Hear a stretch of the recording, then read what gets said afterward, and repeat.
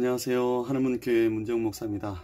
오늘은 요한계시록 3장 14절에서 22절 말씀을 가지고 라오디게아 교회에 대해서 말씀을 나누도록 하겠습니다. 아시아 7교회 중에서 칭찬을 받지 못했던 교회가 바로 라오디게아 교회인데요. 4대 교회 같은 경우는 죽은 교회라는 책망은 들었지만 그래도 그 중에 행실을 더럽히지 않는 사람들 몇이 있다라는 이야기는 들은 교회입니다. 이런 것을 볼 때 라오디게아 교회가 가장 문제가 많은 교회가 아니었는가 이렇게 생각을 해봅니다. 라오디게아 교회의 문제가 무엇일까요? 15절 말씀을 보니까 차갑지도 않고 뜨겁지도 않고 미지근한 신앙생활을 하는 것을 지적을 하고 있는데요. 많은 교인들이 이렇게 생각할 것 같습니다. 미지근한 신앙이 그래도 방탕하는 것보다는 낫지 않습니까? 미지근한 신앙이 교회를 나오지 않는 것보다는 낫지 않습니까? 그러니까 미지근한 해도 이만하면 그냥 이렇게 신앙생활이라도 하면 다행인 것 아닙니까? 이렇게 생각하시는 분들이 있는데요. 물론 교회를 다니지 않는 것보다는 낫겠지만은 우리가 이런 생각을 해볼 수 있습니다. 예를 들어서 탕자 같은 신앙을 이제 차가운 신앙이라고 했을 때 그가 아버지의 품을 떠나잖아요. 영적으로 해석했을 때는 하나님의 품을 떠난 인생이 되었을 때 그가 나중에 어떻게 됩니까? 기근이 들고 자기가 가지고 있던 모든 물질을 허랑방탕한데 다 써버렸었을 때에 그가 기근이 들어서 삶이 궁핍해지게 됩니다. 그래서 다시 아버지 품으로 돌아가게 되죠. 아버지 품을 떠날 때는 아버지에게 간섭받고 하는 그런 문제들이 싫었기 때문에 떠났지만 그가 이런 차가운 신앙생활을 하다가 하나님께로부터 채찍을 맞잖아요. 궁핍이라는 채찍을 받고 다시 아버지 품으로 돌아갔을 때에 비로소 그가 깨닫게 되는 것이 있잖아요. 아버지 품이 귀한 것이었구나. 그리고 또 한 가지, 내가 아버지 품으로 갈 때에 아버지를 나를 품꾼의 한 명으로도 써주셨으면 감사하겠다라는 마음을 가지고 아버지 품으로 돌아갑니다.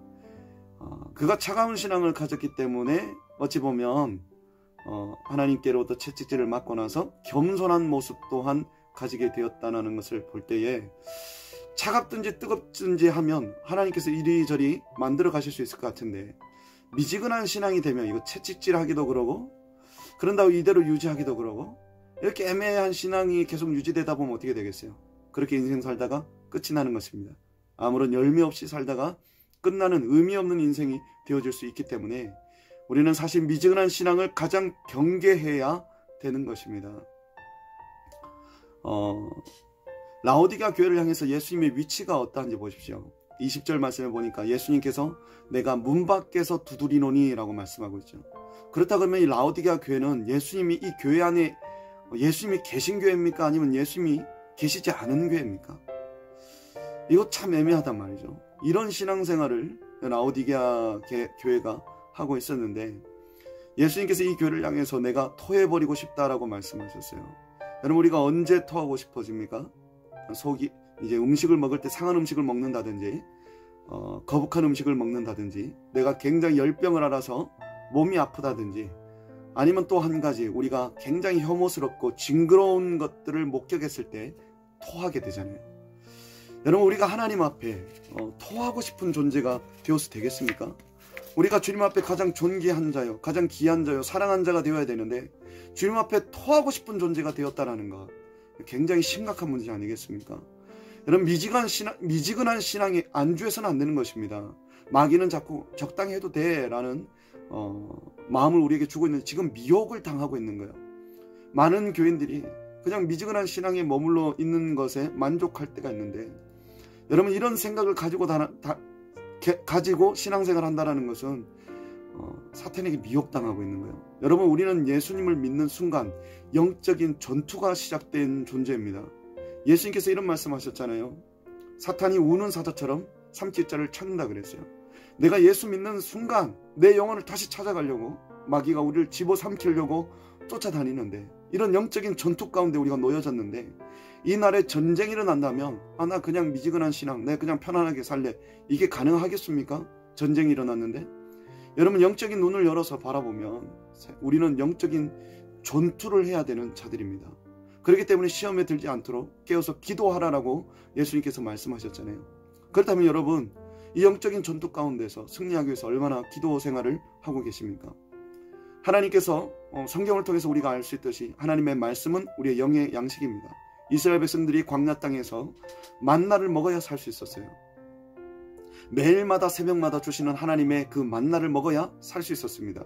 마찬가지입니다. 예수 믿는 사람은 주님께로 나오는 하나님의 그 말씀을 먹을 때 우리는 내 영혼이 소생할 수 있는 것입니다. 그렇다면 여러분들은 하나님의 말씀을 얼마나 듣고 읽고 사모하고 계십니까?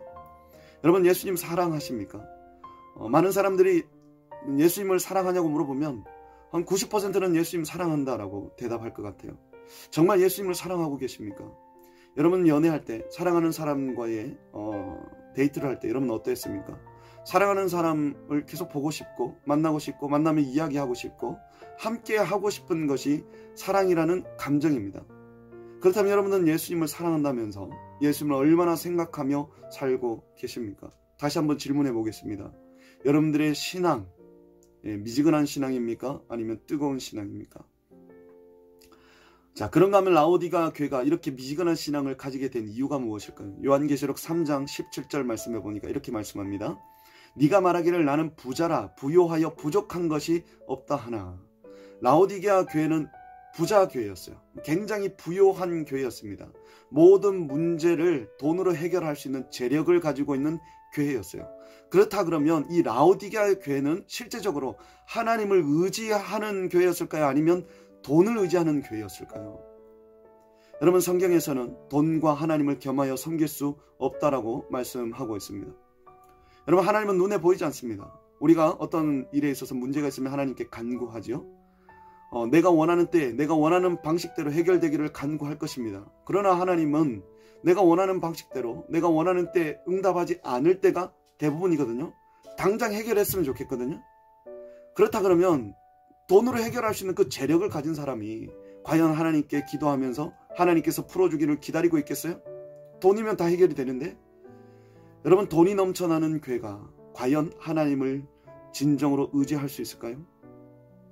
그래서 예수님께서 라오디게아 교회를 향해서 예수님 자신을 이렇게 소개하고 있습니다. 요한계시록 3장 14절 말씀에 라오디게아 교회 사자에게 편지하라. 아멘이시요 충성되고 참된 증인이시요 하나님의 창조의 근본이신 이가 이르시되. 예수님 자신을 어떻게 소개한다고요? 아멘이시요 창조의 근본 되신 이다라고 말씀하고 있잖아요.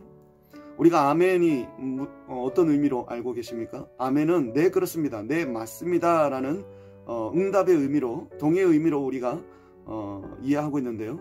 근데 오늘 본문에는 이 아멘을 명사로 사용하고 있거든요.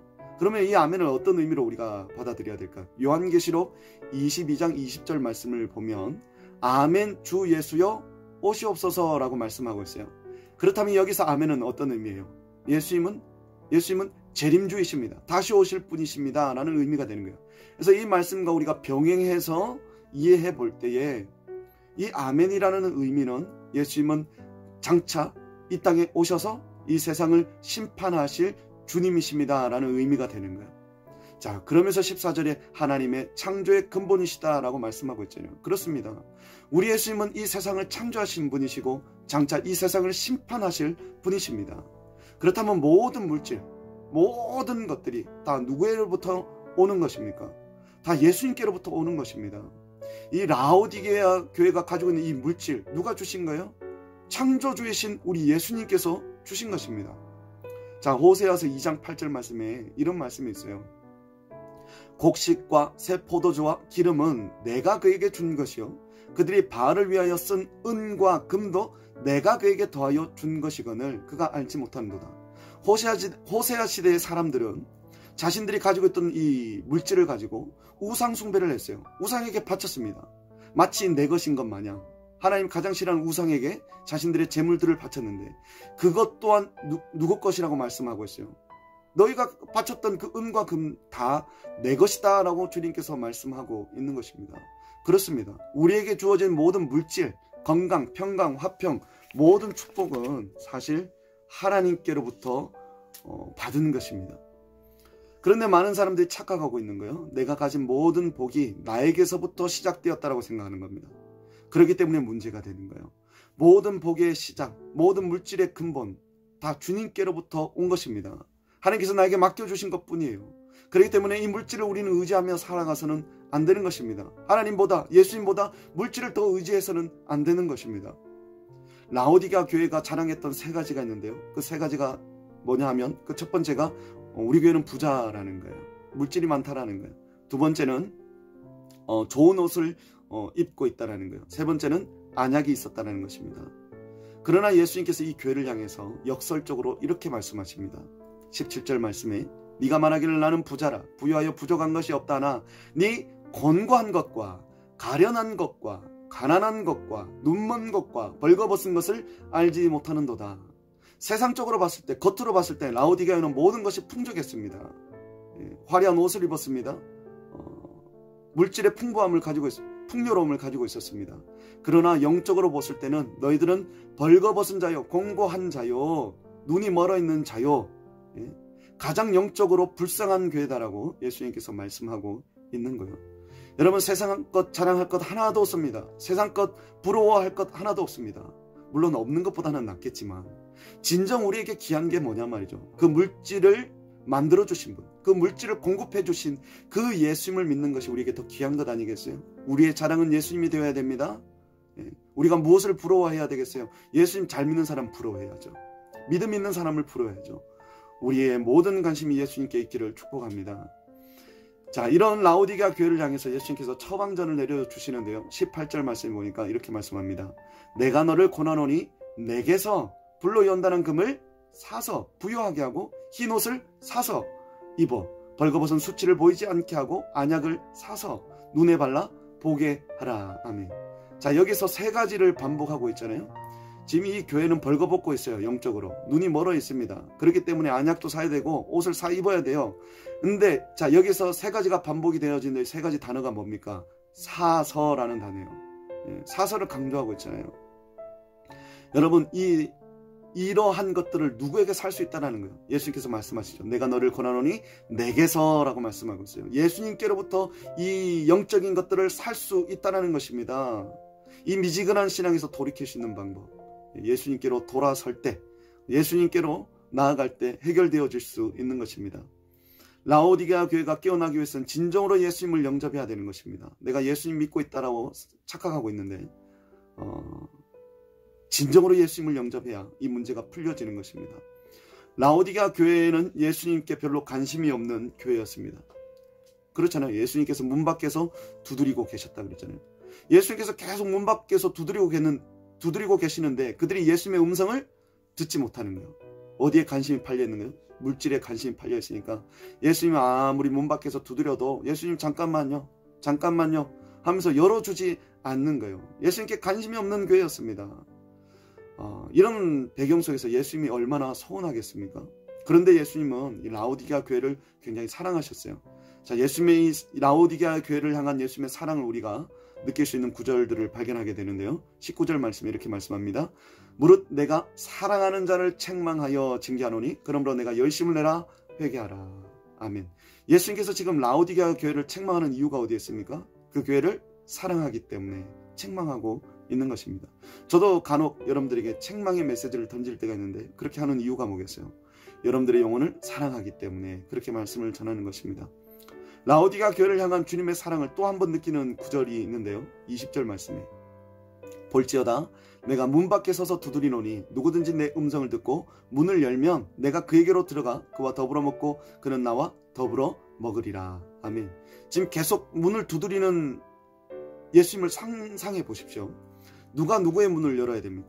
누가 누구의 문을 두드려야 됩니까? 누가 답답해야 됩니까? 누구에게 문제가 있는 것입니까? 우리가 예수님을 찾고 우리가 예수님께 나가야 되는데 지금 예수님께서 문을 두드리면 예수님께서 우리를 찾고 계시는 거예요. 누가 답답해하고 있어요? 우리가 답답해야 되는데 예수님께서 답답해하고 계시는 것입니다. 자, 여러분들의 마음의 문만 열면 당장으로 들어오실 기세로 여러분들의 마음을 예수님께서 두드리고 계시는 것입니다. 또한 이 문만 열면 예수님께서 어떻게 하시겠다라고 말씀하고 있죠. 너희가 내 음성을 듣고 문을 열면 내가 너희에게 들어가 너희와 함께 더불어 먹고 예. 예수님께서 함께 한 상에서 식사를 하겠다라고 말씀하고 있는데요. 이 의미가 무엇이냐? 사무엘하 9장 11절 말씀 보면 이런 말씀이 있어요. 시바가 왕께 아뢰되 내 주 왕께서 모든 일을 종에게 명령하신 대로 종이 준행하겠나이다. 아니라 무비보셋은 왕자 중 하나처럼 왕의 상에서 먹으니라. 아멘. 이 말씀이 무슨 뜻이냐면 다윗이 사랑했던 요나단이 죽게 됩니다. 근데 요나단에게 무비보셋이라는 아들이 있었어요. 그 아들을 다윗이 양자로 삼게 됩니다. 그러면서 어떻게 합니까? 다윗과 함께 왕의 상에서 음식을 먹도록 허락을 합니다. 그래서 여기서 이 말씀을 통해서 우리가 알 수 있는 것은 예수님께서 더불어 함께 먹겠다라는 것은 내가 너희를 가족처럼 생각했다. 너희를 내 자식처럼 생각하시겠다라는 음성이 되는 것입니다. 예수님께서는 여러분들과 함께 식사를 함께 나누는 가족처럼 여러분과 깊은 관계가 되기를 원하시고 계시는 것입니다. 주님은 여러분들과 함께 하기를 원하고 계시는 것입니다. 예수님께서 또 이런 말씀하셨어요. 이기는 자에게는 너희가 나와 함께 보좌에 함께 앉게 해 주시겠다라고 말씀하고 있어요. 여러분, 7교회를 향해서 주님께서 동일하게 말씀하셨잖아요. 이기는 자에게는 내가 이러한 것들을 주겠다. 여러분, 믿음에서 승리해야 됩니다. 이겨야 됩니다. 예수님의 은혜의 보좌에 예수님과 함께 앉아야 됩니다. 누가 승리할 수 있을까요? 누가 승리할 수 있을까요? 예수님을 사모하는 자가 이길 수가 있는 거예요. 정말 하늘 보좌에서 예수님과 함께 앉기를 사모하는 자가 믿음의 싸움에서 승리할 수 있지 않겠습니까? 지금 라오디게아 교회 문제가 무엇입니까? 예수님께 관심이 없는 거예요. 물질에 관심이 있습니다. 정말 예수님과 함께 하는 것, 예수님과 함께 앉아서 영원토록 예수님을 바라보며 살기를 원하는 자가 승리하는 인생이 될 수 있는 것입니다. 여러분, 어디에 여러분들의 관심이 있습니까? 여러분, 다른 것에 빼앗겨버렸던 여러분들의 관심을 돌이켜 예수님을 바라볼 수 있기를 원합니다. 여러분들이 지금까지 미지근한 신앙이 되었다 할지라도 이제는 내 모든 관심을 주님께로 되돌이키고 주님을 바라보고 정말 주님을 사모하는 인생이 되어진다면 우리 인생이 다시 한번 뜨겁게 불타는 신앙으로 회복되어질 줄로 믿습니다. 그런 신앙 되어지기를 우리 함께 기도할 수 있는 저와 여러분들이 되시기를 예수님의 이름으로 축복합니다.